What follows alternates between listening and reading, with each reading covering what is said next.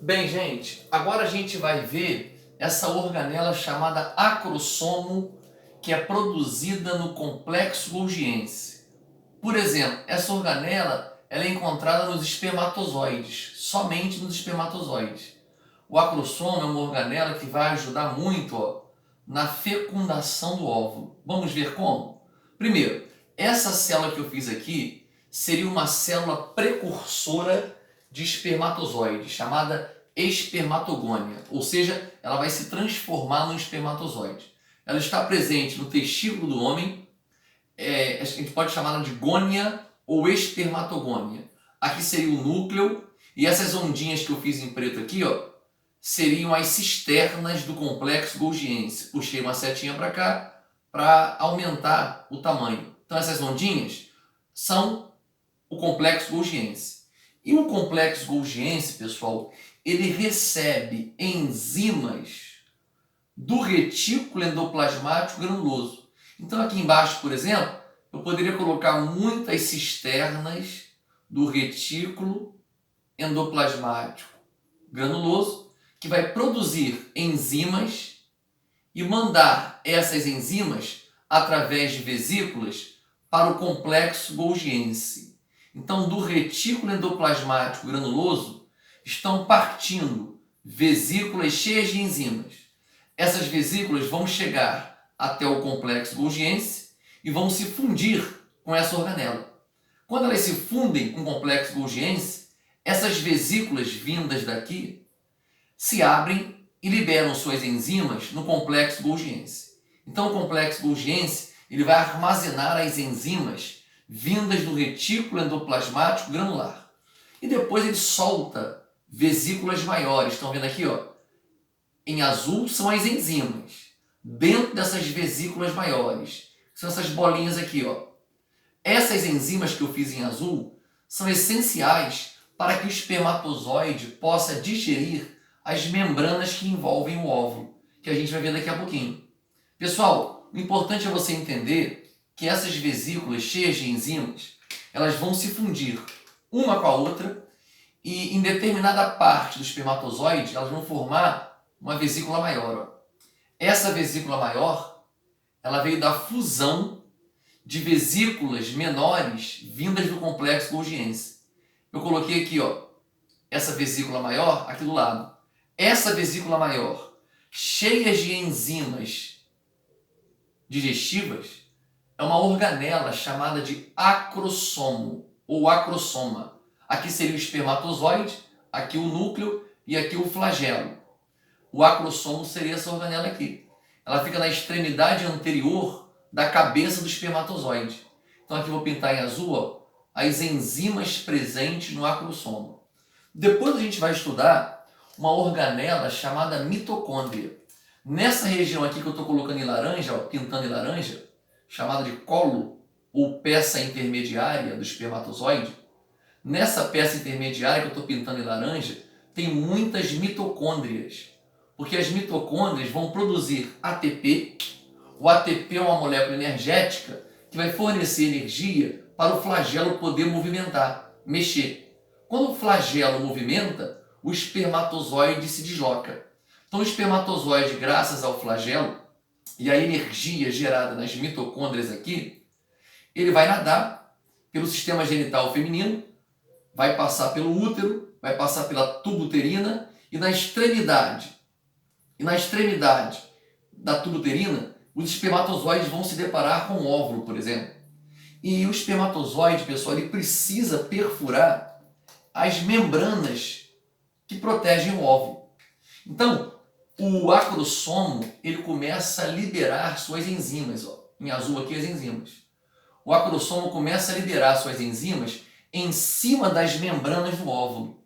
E conforme as enzimas vão digerindo moléculas dessas membranas do óvulo, aos poucos os espermatozoides vão se infiltrando nessas membranas. E o mais adiantado consegue perfurá-las totalmente, graças à ação do acrossomo, que libera suas enzimas, e um dos espermatozoides vai liberar o seu núcleo, jogar o seu núcleo dentro do óvulo. Depois os dois núcleos vão se fundir. ocorrendo a fecundação.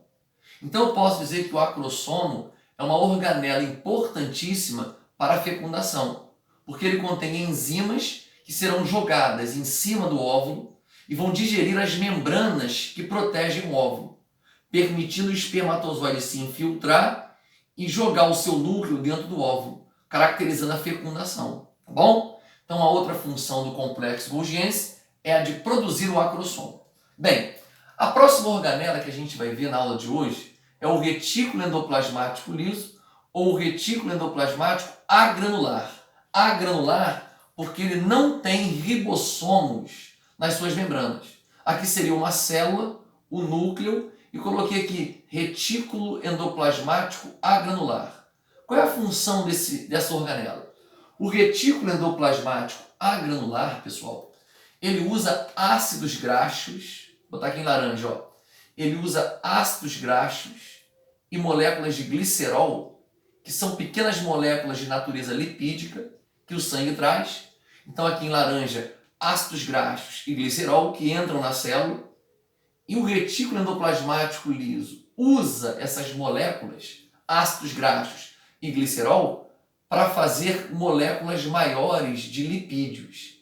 Então em laranja aqui, por exemplo, estou colocando moléculas maiores de lipídios. A gente viu da bioquímica que alguns lipídios têm natureza lipídica. Lembra dos esteroides? A testosterona, o estrogênio, a progesterona. Então se essa célula aqui fosse uma célula produtora de hormônio sexual, presente no testículo ou no ovário, essa célula no seu citoplasma tem que ter muito retículo endoplasmático liso para produzir esses hormônios esteroides de natureza lipídica. Então a testosterona, a progesterona e o estrogênio são hormônios esteroides produzidos no retículo endoplasmático liso. Aí começam a brotar vesículas do retículo endoplasmático liso cheias desses hormônios. E essas vesículas, pessoal, cheias de hormônios esteroides, que podem ser testosterona, progesterona ou estrógeno, elas vão se fundir, elas vão encostar na membrana plasmática e vão se abrir, aqui ó, e vão se abrir. Quando elas se abrem, elas secretam, elas liberam no sangue os hormônios. Então aqui, por exemplo, a vesícula se fundiu e vai liberar no sangue os hormônios esteroides. Então, a primeira função do retículo endoplasmático liso é a produção de lipídios. Você deve estar estranhando que o complexo golgiense está aqui e essas vesículas vindas do retículo não se fundiram com o complexo golgiense. Muitos lipídios que a célula produz, eles já vêm prontos do retículo endoplasmático liso. Então, essas vesículas não passam pelo complexo golgiense. Quando os lipídios já estão prontos, essas vesículas vindas do retículo liso se fundem diretamente com a membrana e secretam os lipídios no sangue. Mas alguns lipídios, como por exemplo os fosfolipídios da membrana, que a gente estudou, eles não vêm prontos do retículo endoplasmático liso. Então algumas vesículas vindas do retículo endoplasmático liso, elas se fundem com o complexo golgiense, porque os lipídios produzidos aqui ainda não estão prontos. Por exemplo, os fosfolipídios. Os lipídios chegam ao complexo golgiense e lá no complexo golgiense eles recebem o fosfato. Aí se transformam em fosfolipídios. Começam a brotar vesículas cheias de fosfolipídios. Essas vesículas se fundem com a membrana plasmática e as moléculas de fosfolipídios passam a fazer parte da membrana plasmática, aqui, ó, como a gente viu, os fosfolipídios.